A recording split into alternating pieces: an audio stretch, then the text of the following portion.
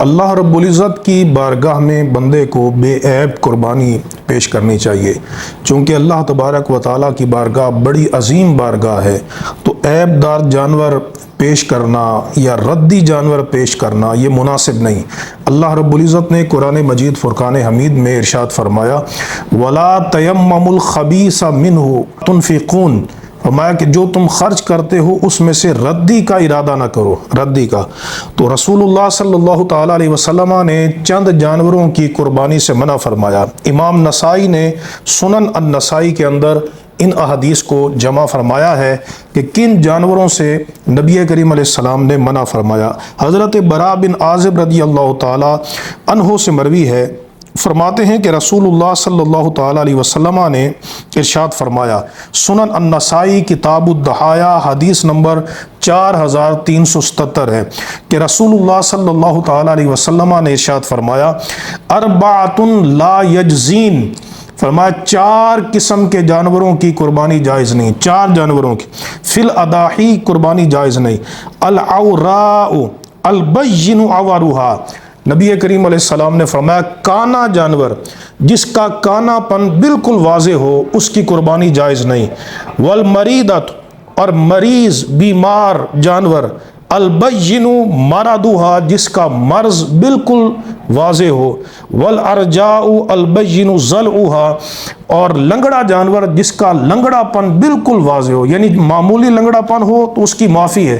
اگر بہت زیادہ لنگڑا پن ہے اور بالکل واضح ہے تو پھر اس کی قربانی جائز نہیں۔ والکثیرۃ التی لا تنقی، اور فرمایا کہ اس جانور کی قربانی جائز نہیں جس کی ہڈی ٹوٹ چکی ہے اور جس کی ہڈیوں میں گودا نہیں ہے، اتنا کمزور ہو چکا ہے۔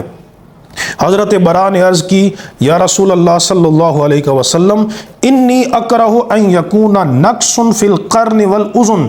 کہ میں اس بات کو بھی ناپسند کرتا ہوں کہ سینگ اور کانوں میں کچھ کمی ہو جائے۔ تو حضور نے فرمایا فما کرہت منہ فدعہ، جو تجھے ناپسند ہے تو اس کو چھوڑ دے، ولا تحرمہ علی احد، اور اس کو کسی دوسرے پر حرام نہ کر۔ پتہ چلا کہ اگر سینگ میں کانوں میں معمولی سا نقص ہو تو پھر اس کی معافی ہے، لیکن اگر نقص زیادہ ہو